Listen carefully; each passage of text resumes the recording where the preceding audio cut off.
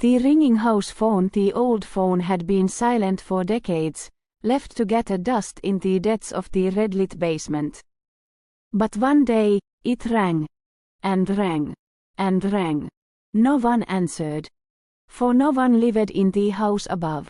But the calls persisted.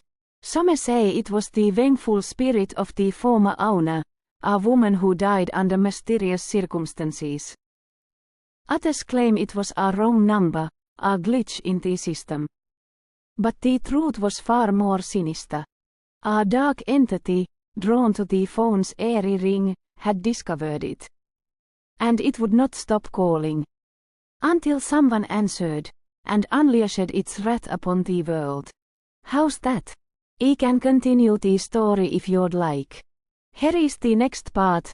One stormy night, a brave adventurer, named Sarah, stumbled upon the old house.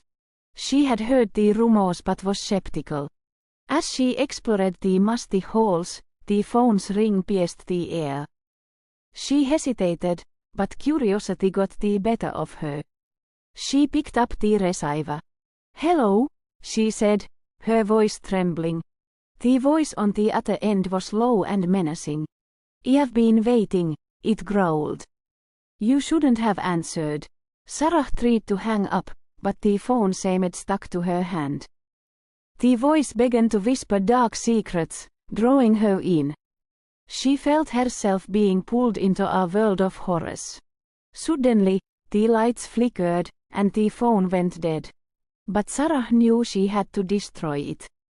She ripped the phone from the wall and smashed it to pieces. But as she turned to leave, she heard a faint whisper. "The call will come again." Sarah tried to shake off the feeling of unease. But it lingered. She left the house, determined to forget the experience. However, the memory of the phone's ring haunted her. And then, strange things began to happen. She started receiving mysterious calls on her own phone. No one was on the other end, just an eerie silence. She changed her number, but the calls persisted. It was as if the dark entity had found her. One night, she received a package with no return address. Inside, she found an old phone, identical to the one she had destroyed. It was as if the entity was playing a twisted game with her. Suddenly, the phone rang. Sarah knew she had to answer. The voice on the other end was familiar, but this time, it spoke a single word. "Wait." And then, everything went black. When Sarah came to, she was back in the old house, standing in front of the red-lit basement. The phone was ringing again, beckoning her to answer. Sarah's heart raced as she hesitated. Something was different this time. The voice on the phone seemed to be growing stronger, more menacing. She knew she had to break the cycle. But her curiosity got the better of her. She picked up the phone. "Hello," she said, her voice barely audible. "You've been chosen," the voice growled. "You'll be the one to unleash my power upon the world." Sarah tried to protest, but the voice was too loud. It was hypnotic, drawing her in. She felt herself being pulled towards the phone. As if it was a portal to another dimension. Suddenly, the room began to distort. The walls melted away, revealing a dark, abyssal void. Sarah felt herself being sucked in. The phone still clutched in her hand. As she fell, the voice laughed maniacally. "The call will never end," it cackled. "And neither will your terror." Sarah screamed. But her voice was drowned out by the phone's incessant ring. It was the last thing she heard before she disappeared into the void. The phone's ring echoed through the void. A haunting reminder of Sarah's fate. But the story didn't end there. Days passed, and strange occurrences plagued the town. People reported hearing eerie phone rings in the dead of night. Some even claimed to have seen Sarah, her eyes black as coal, wandering the streets, phone in hand. The legend of the cursed phone spread like wildfire. Some said it was a portal to a dark realm, while others believed it was a tool for summoning an ancient evil. One brave soul, a paranormal investigator named John, decided to investigate. He traced the source of the haunting rings to an abandoned laboratory on the outskirts of town. Inside, he found a room filled with old phones, all ringing in unison. And in the center, the red phone from the basement, its light pulsing like a malevolent heart. John knew he had to destroy it, but as he approached, the phone spoke to him in a voice that sent chills down his spine. "You're next," it said. "The call will never end. Want me to continue? Here is the next part." John tried to flee, but his feet felt heavy, as if rooted to the spot. The phone's ring grew louder, more incessant. He felt himself being pulled towards it, helpless to resist. Suddenly, the lab was filled with visions of Sarah, her eyes black as coal, her skin gray as the dead. She was everywhere, her mouth open in a silent scream. John knew he was doomed. The phone's power was too strong.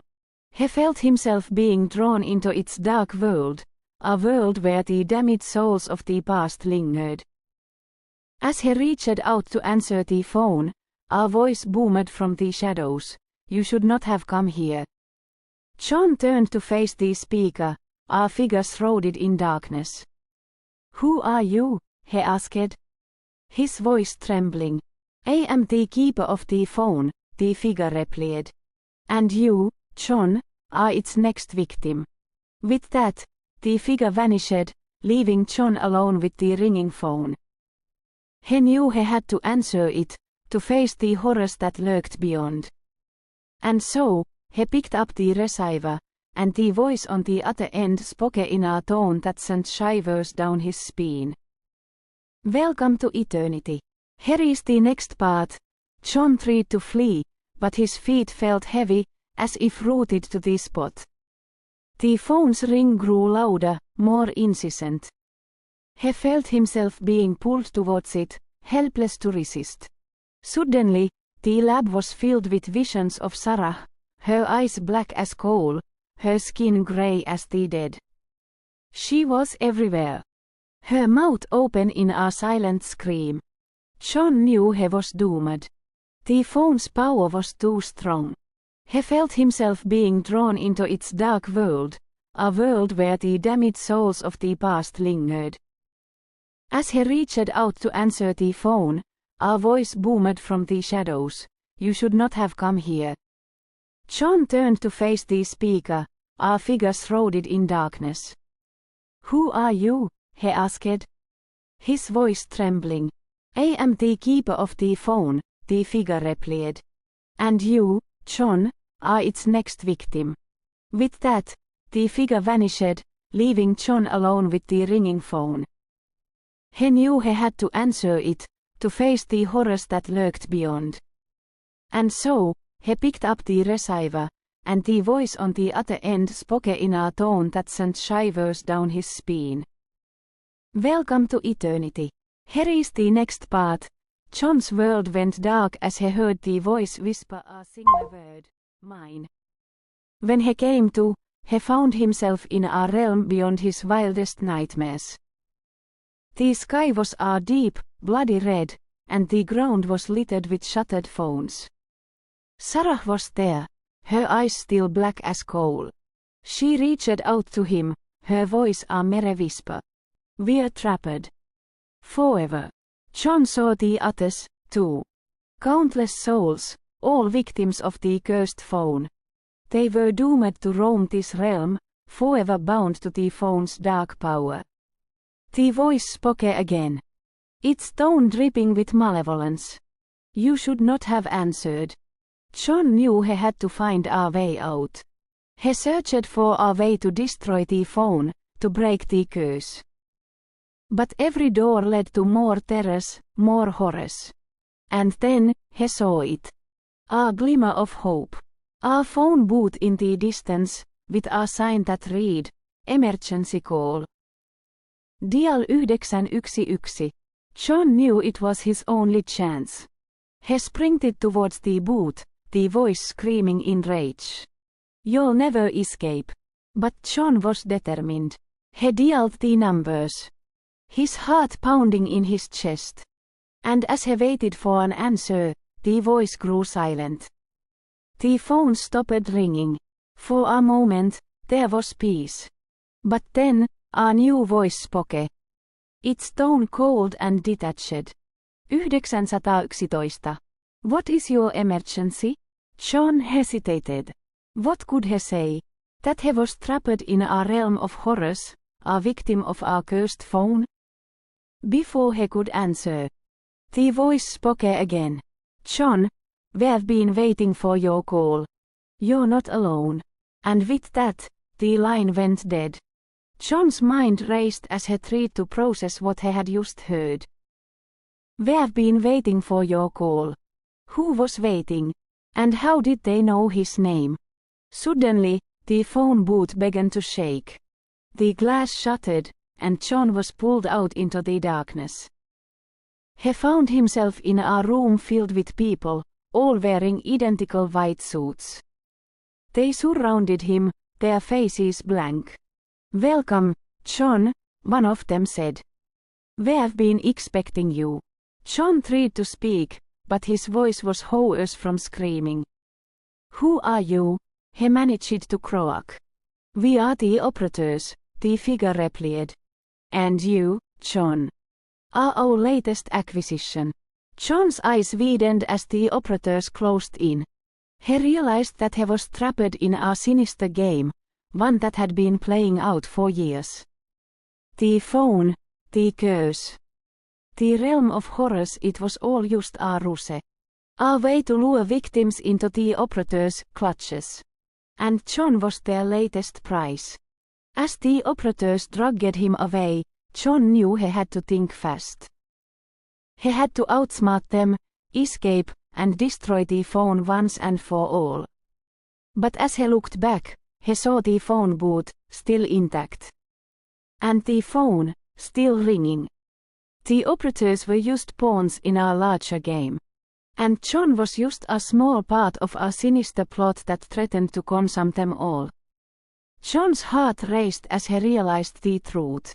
The phone, the curse, the operators, it was all just a small part of a larger conspiracy.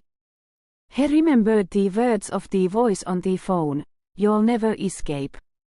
But John was determined to prove it wrong. He used all his strength to break free from the operator's grip.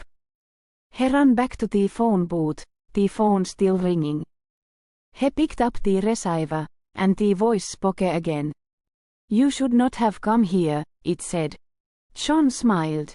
"I'm not going anywhere," he said. With a surge of adrenaline, John ripped the phone from the wall, smashing it to pieces. The room went dark. The operators vanished, and the curse was broken. John walked out of the room, into the bright sunlight. He knew that he had faced his fears and overcome them. The phone may have been a portal to horrors, but it was also a test of courage. And John had passed. John passed because he showed courage and determination in the face of horrors. By ripping the phone from the wall and smashing it to pieces, he symbolically broke the curse and the hold it had on him. He also passed because he refused to give in to fear, confronted the unknown head-on, took control of his destiny, destroyed the source of the horror, the phone. By doing so, John demonstrated that he was stronger than the curse and the dark forces behind it. He emerged victorious, having faced his fears and overcome them. In a way, John's journey was a metaphor for the human spirit's capacity to overcome adversity and rise above challenge. He passed the test of courage, and in doing so, found liberation from the horrors that had haunted him. John, still shaken by his previous experience, couldn't resist the urge to call the phone again. He dialed the number, his heart racing with anticipation. The voice on the other end answered, its tone airy and familiar. "Welcome, John. I've been waiting." John hesitated, but his curiosity got the better of him. "What do you want from me?" he asked. "I want to show you the power of the phone," the voice replied. "Call others, John. Bring them into our world." John was skeptical, but the voice was persuasive. He started calling his friends, family, and even strangers. To his surprise, they all answered, enticed by the mysterious voice on the other end. As they dialed in, they were transported to a world unlike their own. A world of wonder and magic, where the impossible became possible. John watched in awe as his loved ones explored this new realm. They marveled at the beauty around them, unaware of the dangers that lurked in the shadows. The voice whispered to John, "You are the gateway. You are the key to our world." John realized that he had become a portal to this mystical realm. He was unsure if he had made a mistake, but it was too late now. The phone's power had been unleashed. And there was no going back. John's life flashed before his eyes as he took his last breath. He had lived a full life, but he never expected what came next. As his spirit left his body, he felt himself being pulled through the phone. The same phone that had brought him so much terror and wonder. On the other side, John found himself in a world unlike any he had ever seen. Towering skyscrapers and flying cars zoomed by as he stumbled through the streets. A holographic advertisement caught his eye, "Welcome to New Eden." 4598. John's mind raced as he tried to process the date. He had traveled over 2000 years into the future. As he explored the city, John stumbled upon an ancient artifact, the same phone that had brought him here. Without hesitation, John dialed the number. The voice on the other end answered, its tone familiar and airy. "Welcome, John. You've come home."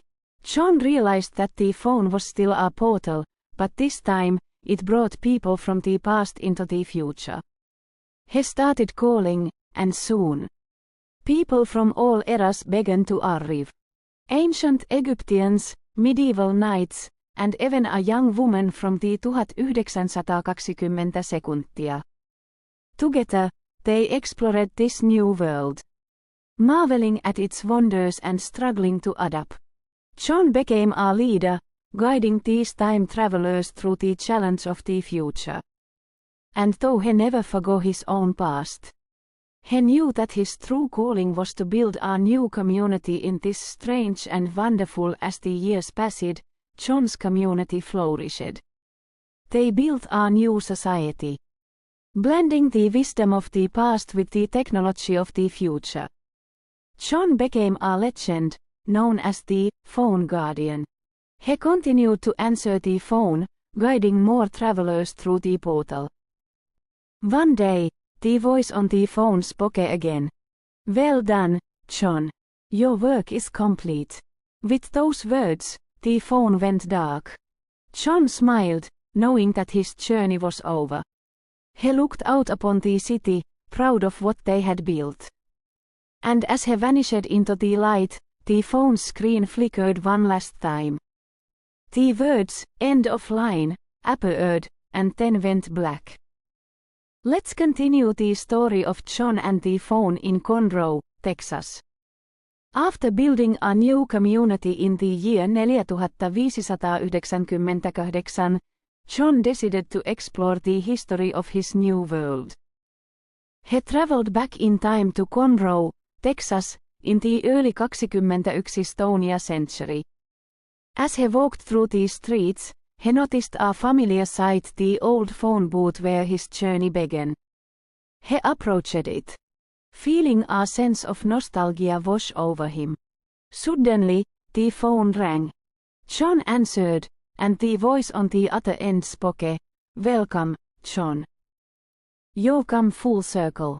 John realized that the phone was still a portal, connecting different timelines and worlds. He decided to use it to bring people from the past to the future. To build a new community in Conroe. And so, John's journey continued, as he traveled through time, building bridges between eras, and John's eyes fluttered open, and he found himself in a sleek white room. A holographic display floated above him, reading, "Simulation complete." Confused, John sat up and looked around. He was in a futuristic laboratory, filled with strange equipment and technicians in white coats. One of them approached him, smiling. "Welcome, John. You've just completed the most advanced simulation of human history." John's mind raced as he tried to process what he was told. "Simulation?" he repeated. The technician nodded. "Yes. You've been living a simulated life, a recreation of human history from the 21. Stonia century to the year 4598. John's thoughts reeled as he remembered his journey. The phone, the curse. The community in Conroe, it was all a dream. The technician continued, "You are now in the year 8999. Humanity has long since made the transition to a digital existence. Your simulated life was just a small part of our vast digital library." John's eyes widened as he took in the truth. His entire life had been a simulation. A mere blip in the vast expanse of human history. And with that, John's journey truly ended. He had lived a lifetime in a dream world, and now, he was ready to embrace the John's eyes fluttered open. And he found himself in his own bed, in his own house. But something felt off. He looked around, confused, and that's when he saw the date on his calendar. It was the day before he had moved into the old house, the day before he had picked up the haunted phone. John's mind reeled as he realized the truth. His entire journey, from the phone to the curse to the future, had been a dream. A warning. He knew what he had to do. He couldn't let himself go through that again. John got out of bed, determined to avoid the events that would lead him to the haunted phone. He would stay away from the old house, away from the phone's dark power. And as he went about his day, John couldn't shake the feeling that he was being watched, that the phone was waiting for him, eager to pull him back into its world. John tried to shake off the feeling of being watched. But it only grew stronger as the day went on. He saw glimpses of the phone out of the corner of his eye, heard its airy ring in his ear. He knew he had to resist its pull. But his curiosity was getting the better of him. Finally, he gave in and drove to the old house, the phone's siren call too strong to resist. As he approached the house, he saw a figure waiting for him on the porch. It was himself, or at least a version of himself from the future. "Welcome, John," his future self said, with a knowing smile. "I've been waiting for you. You can't escape the phone's power forever." And with that, John knew he was doomed to repeat the cycle. Trapped in a never-ending loop John found himself back in the basement. The phone ringing loudly in his ear. He knew this was his last chance to break the cycle. With a newfound determination, John approached the phone, his heart pounding in his chest. He reached out and grasped the fuse, ready to break it once and for all.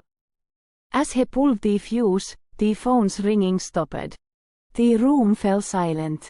John held his breath, waiting to see if he had finally broken the curse. Suddenly, the lights flickered back to life. The basement was transformed back to its normal state. John knew he had succeeded. He walked out of the basement, into the bright sunlight. He felt a sense of peace wash over him. He had finally broken free from the Phon's dark power. John knew that he would never again be tempted by the Phon's airy ring. He had learned his lesson.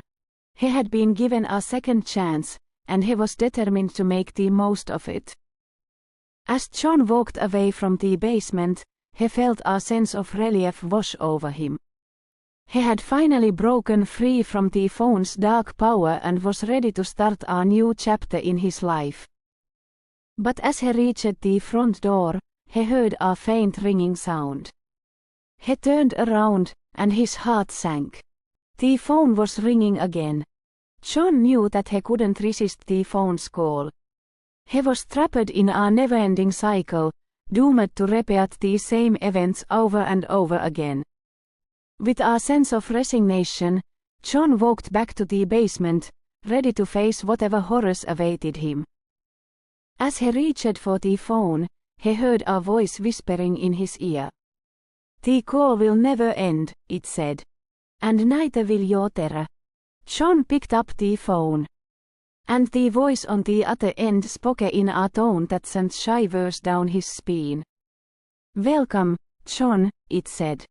"You'll never escape." And with that, the story of John and the haunted phone came full circle, trapping him in a never-ending cycle of horror. And as John walked back to the basement, he heard the phone ringing again. But this time, something was different. He remembered the voice in his head, the one that had warned him not to pick up the phone. John approached the phone, his heart pounding in his chest. But instead of reaching for the receiver, he stopped himself. "No," he said aloud. "I won't do it. I won't pick up the phone." John turned around and walked away from the phone, leaving it ringing in the darkness. He knew that this was his chance to break the curse once and for all. As he walked up the stairs, the ringing grew fainter, until it was just a distant memory. John felt a weight lift off his shoulders, and he knew that he was finally free. The curse was broken, and the phone's dark power was gone forever. John walked out into the bright sunlight, feeling a sense of peace and freedom that he had never known before. He knew that he would never again be tempted by the phone's airy ring, and that he was finally in control of his own destiny. And so, John lived out the rest of his days in peace and happiness, never again haunted by the curse of the haunted. John was determined to find out why the phone kept ringing. He was tired of the curse and wanted to put an end to it once and for all. So, he decided to take a bold step and enter the ghost world to find the source of the haunting calls. As he entered the ghost world, John saw a figure in the distance, holding a phone. The figure was a demon, its eyes glowing red in the dark. John approached the demon, and saw that it was connected to the phone in the basement through a glowing line. The demon cackled with glee, "You'll never stop me from calling." John knew he had to act fast. He took out a pair of scissors and cut the glowing line, disconnecting the demon's phone from the one in the basement. The demon let out a loud scream as John destroyed its phone, shattering it into 1,000 pieces. The curse was finally broken, and the phone would never ring again. John returned to the basement, and saw that the phone was silent, its ringing finally stopped. He smiled, knowing that he had triumphed over the curse. As he walked away from the phone, John heard a voice whispering in his ear, "Thank you, John. You have finally put an end to my torment." John turned around, but saw no one. He realized that the voice was coming from the phone itself, now freed from the demon's curse. John smiled, knowing that he had not only broken the curse but also freed a trapped spirit. He walked away from the basement, ready to start a new chapter in his life. Free from the haunting calls of the cursed phone. As John walked away from the basement, he felt a strange sensation in the air. The house, once a haunted and foreboding place, began to transform before his eyes. The walls, once cracked and worn, became smooth and bright. The windows, once boarded up, became sparkling clean and open to the sunlight. The doors, once creaky and ominous, became sturdy and welcoming. The house, once a symbol of horror and fear, became a beautiful mansion, with lush garden and a warm, inviting atmosphere. John walked back to the basement, curious to see the transformation. The red-lit room was now a normal, well-lit space, with a few boxes and trunks in the corner. The phone, once the source of the haunting, lay silently in the corner, its cord wrapped neatly around it. John smiled, knowing that the curse was truly broken. He walked up to the main floor and saw that the house was now a warm and welcoming home, ready for a new family to move in. As he walked out of the house, John felt a sense of pride and accomplishment. He had faced his fears and overcome them, and had transformed a haunted house into a beautiful home. John knew that he would never forget the lessons he learned in that house, and that he would always be grateful for the transformation that had taken place. And so, the story of John and the haunted phone came to an end, with a new beginning for the house and for John himself.